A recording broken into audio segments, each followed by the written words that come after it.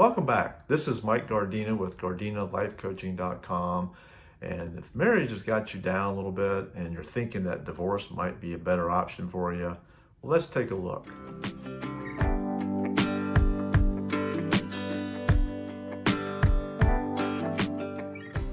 As we go through life, we go through our wild 20s, if you will, and we start to decide that we want to settle down and we want to find that right person that we want to marry and spend the rest of our life with, or in a deeply related relationship.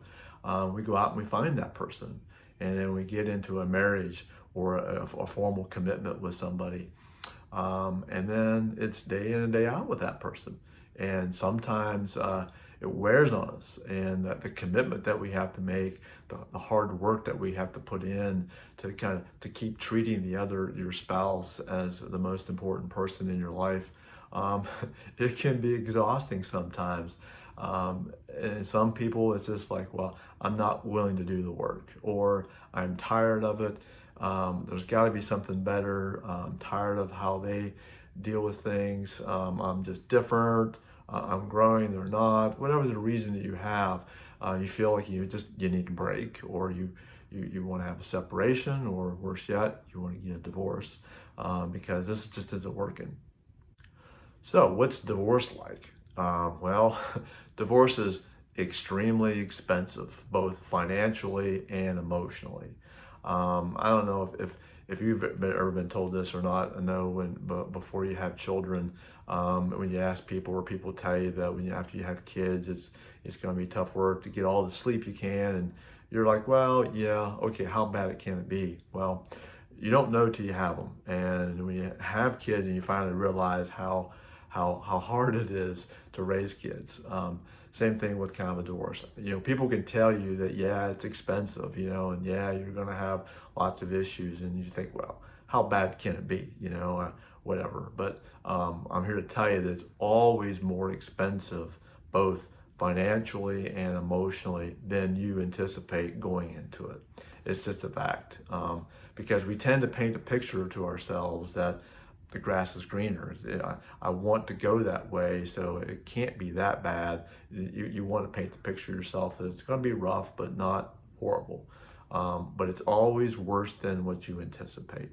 Obviously, every divorce, just like every relationship, every marriage, is different, and you have different ways that things get separated, and different ways that you deal with children, all those different things. But it's emotionally exhaustive. It's something that's going to be wear on you day in and day out for many years too. Some people think that once my divorce is over with, it's over and done with.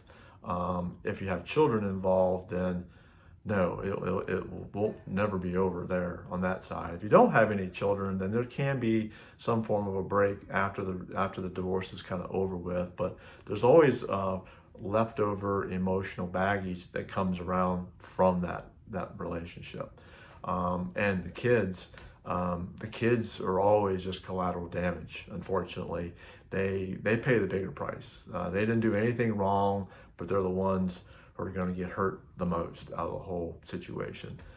Realize that your kids will never be the same as they are today, and you can paint the picture that it's going to be okay, and they'll survive, they will, but realizing they're not going to be the same. There's going to be things that are going to happen, things are going to pop up, emotions are going to come around that you didn't anticipate, that wouldn't have happened if you stayed married. So you got to understand that there is a big collateral damage with children in there. And with kids, it's very complex, and every relationship with a kid and a parent is different, and separating them can be sometimes catastrophic. So what to do then? If you're not married, be patient. Take your time, find the right spouse, the right man or woman that you're looking for. Spend the time to get the decision right, because it is the biggest decision that you'll ever make in your life for the most part. You could pick a career and you can change it. You can pick a city to live in and move away. When you pick a wife or a husband, especially when you have children together, you're linked together for life, for the most part. You're always going to have that commonality of the children involved, so you're linking up with life. So keep that in the back of your mind. If you don't have any children, then obviously there is a little more of a cleaner break there, but it is the biggest decision you ever make in your life. So make sure you're making it with all the facts. Make sure you really iron out any issues that you have with them up front, and you're going into that relationship with eyes wide open. If you're married, then fight for it. Basically, there's so much information out there now with the internet on how to help a marriage, how to have relationships, get professional help if you need to. And I think it's always good for at least couples to go through some form of some professional guidance, if you will, just to know how to have a better relationship, to reach that level, so that you're both truly fulfilled. Because that's really the goal, is to be a best spouse that you can. So learn that, and try to learn to take your marriage to the highest levels that are out there and enjoy that life. And there's so much information available out there to be able to get to that point, compared to 20, 30 years ago, when you really had a marriage counselor, or maybe you got a good book that you read. But now it's so simple. You could watch videos like this, and contact people, and mimic other people that have had some successful relationships. Now, if you have to divorce, and those usually happen, especially if you have one spouse who's really trying hard and the other one just isn't there, is checked out, and they're really not interested. And of course, relationships are a two-way street.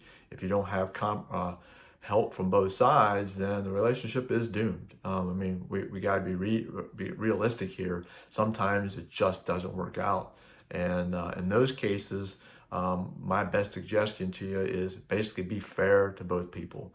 I know a lot of people will hire an attorney that really want to go after the other person and milk them for all they have, but at the end of the day, they're still human beings, and they still have to survive. And we'll all be better off if there's as best of a fair, equitable divorce as possible. And secondly, with the children, is really always put the children in, make every decision with the children at best interest with them. They're the collateral damage again, so they didn't do anything wrong. They need to be taken care of first. They're the number one priority, so make sure they are the number one top priority. And then basically you're going to have to learn to tolerate your ex for a number of years. If you have children involved, then you're looking, whatever age your kids are, at least until the kids are 18. And usually even beyond that, as they get married or graduate college or have events that happen in their lives, grandchildren, that you're going to still be around those people. So really be patient and understand that you're not being able to have a clean break when there's children involved. And then make sure you have a strong income. If you're the woman and you're going to be with the child, you're going to get child support. If that's the way the system is separating here, then realize that you're probably going to have to have another form of income. To live off of child support alone is probably not going to cut it. So be prepared. Try to create that new revenue stream of income in as quick as you can, so that you're able to be self-supporting. Because there's, in a divorce, really both sides lose. Even I'm going very, I guess I'll say, traditional, where the man has a job and has the larger income. That's obviously not always the case here, but in this discussion, kind of making that assumption here, or whatever spouse has the income, you're still going to lose a significant amount of your income. Now, if you're ultra rich and money is no object, well, it's probably not such a big deal. But most of us are not in that kind of situation where we don't have that luxury. So you're going to lose a significant amount of your even future income, paying child support, potentially alimony for a long period of time. And even after that, you're still, the kids are going to need this and need that. That's over and above those things, is you got to take care of them first again. So get your priorities straight and pack lots of patience. It's going to be a long road, and hopefully you never get there. And lastly is to get somebody a professional help on the emotional side. It is an emotional roller coaster. So the more assistance you can have from either family members, a professional help, or some form of a network that can help you through and even beyond that divorce, the better off you're going to be. And the same with your children, is get them involved with other people in similar situations, get them in some professional help if you can, so that they're better prepared to deal with all the issues that are going to happen because of the divorce. So, well, thanks for listening. I know it wasn't a fun topic today for the most part, because divorce is not a fun topic, but it is something that needs to be talked about, because it's a reality that we have to face in a lot of relationships, unfortunately. And I do believe, though, a lot of them can be avoided if you take the right steps, and learn what you can do and get both sides to be proactive and committed to making it work. And then I think any kind of a marriage problem can be solved with the right amount of work at it. So anyhow, if this episode touched you in any way, please hit the like button down below. And if I can help you in a relationship or any other element of your life, reach out to me at mike@gardinalifecoaching.com.